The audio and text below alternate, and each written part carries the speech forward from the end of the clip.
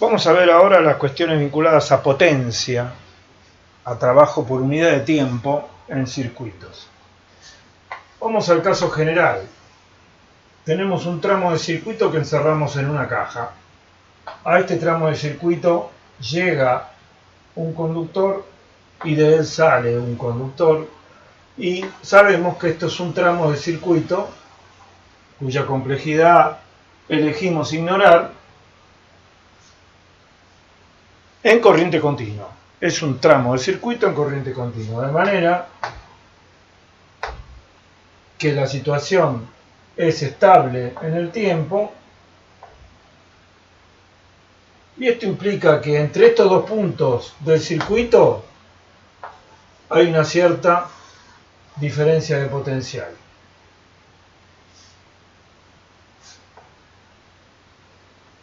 Supongamos que esa diferencia de potencial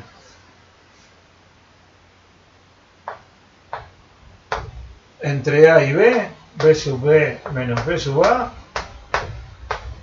supongamos que es mayor que 0.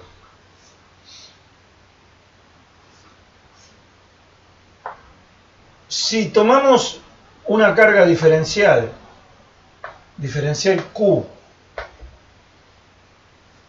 y la trasladamos desde A hasta B, habremos aumentado el potencial de ese diferencial de carga. Por lo tanto, agentes externos le habrán entregado ese diferencial de carga un trabajo diferencial L que será B sub B menos B sub A por diferencial Q. Hemos trasladado la carga diferencial Q desde A hasta B.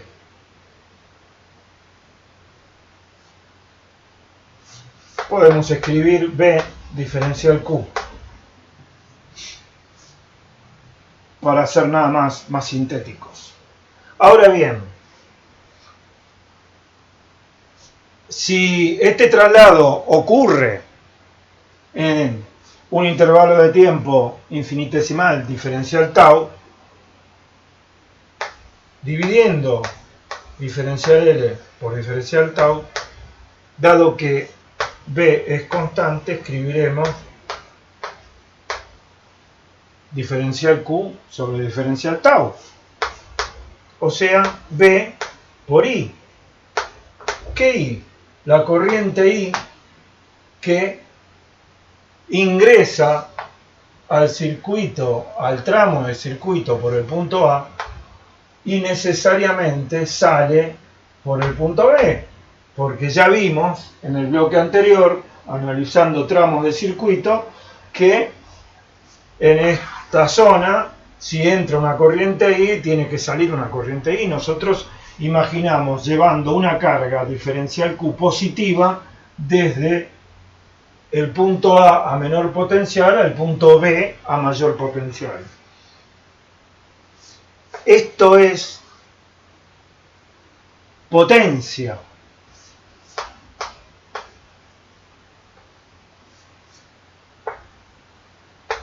Que se mide en watts. B por I. Si, como en el caso que supusimos, la corriente atraviesa el tramo del circuito aumentando el potencial,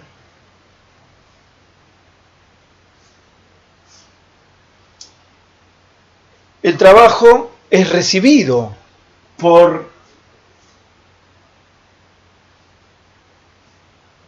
la carga. Es potencia por la carga por unidad de tiempo. Es potencia que este tramo del circuito aporta. Cuando la carga sale de este tramo, tiene más potencial que al entrar. En este tramo hay por lo menos una fuerza electromotriz. Aunque no podamos mirar adentro, sabemos que al menos hay una fuerza electromotriz que está aportando esta potencia que se genera en este tramo del circuito. Vamos a aplicar este caso general a situaciones particulares. Supongamos que ese tramo del circuito es solo una FEM. Si la polaridad era esta y la corriente era esta, estamos en esta situación. Y W es E por I. Y en este caso, la FEM aporta potencia al circuito porque la corriente la atraviesa de la placa negativa a la placa positiva. La FEM está aportando energía en forma permanente, por eso es potencia, es energía por unidad de tiempo, al circuito. Por lo tanto, si la situación es la inversa y la corriente atraviesa al circuito, a la FEM, perdón, en este tramo del circuito, de la placa positiva a la negativa, W es menos E por I. Y esta FEM está consumiendo potencia. ¿La está disipando? No. La está almacenando. La está almacenando internamente. Esta FEM se está cargando. Si esta es la situación, habrá otro tramo del circuito en el que habrá otra FEM que está aportando la potencia que ésta está acumulando. Y finalmente, en términos de potencia, tenemos a las resistencias. En el caso de las resistencias, la situación es única. En una resistencia, la corriente siempre circula de el borne positivo al negativo, de manera que W es siempre menos V por I. Pero además, en las resistencias, V es I por R, de manera que la potencia es I cuadrado R y siempre es consumida. La resistencia disipa potencia y la convierte en calor. Corriente I al cuadrado multiplicado por la resistencia nos da la cantidad de calor por unidad de tiempo que la resistencia está disipando. ¿Qué pasa con los capacitores? En corriente continua. Bueno, los capacitores en corriente continua ni consumen ni disipan porque no hay corriente a través de los capacitores. Pero sí hay carga. En general están cargados. Si están cargados, están acumulando una cantidad de energía que es un medio de V por Q. Esta es energía acumulada, no es potencia disipada, son otras unidades, esto es Joule.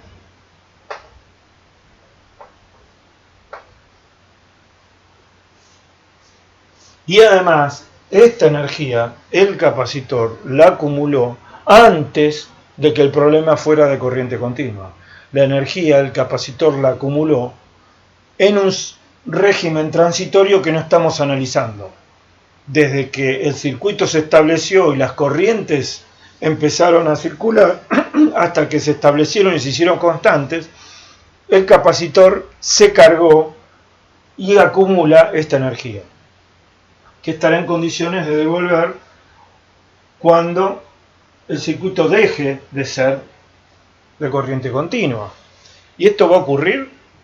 Sí, en la realidad va a ocurrir, o bien porque alguien abre un interruptor, o bien porque las FEM consumen toda la energía que son capaces de dar. Ninguna fuerza electromotriz puede estar aportando permanentemente energía a partir de su energía acumulada. Tienen toda la FEM en la práctica, tienen una vida útil que se consume más lenta o más rápidamente, según sea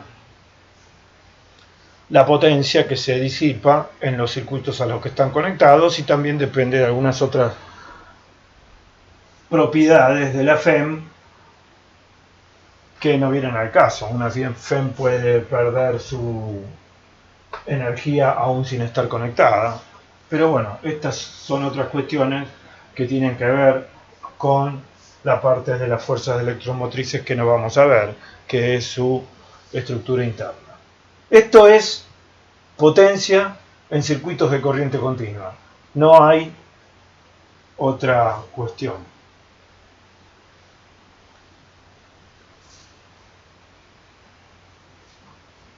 Nada más salvar una omisión. Creo que con esto todos los temas conceptuales con contenido que vamos a dar en corriente continua están cubiertos. Falta instrumentos, pero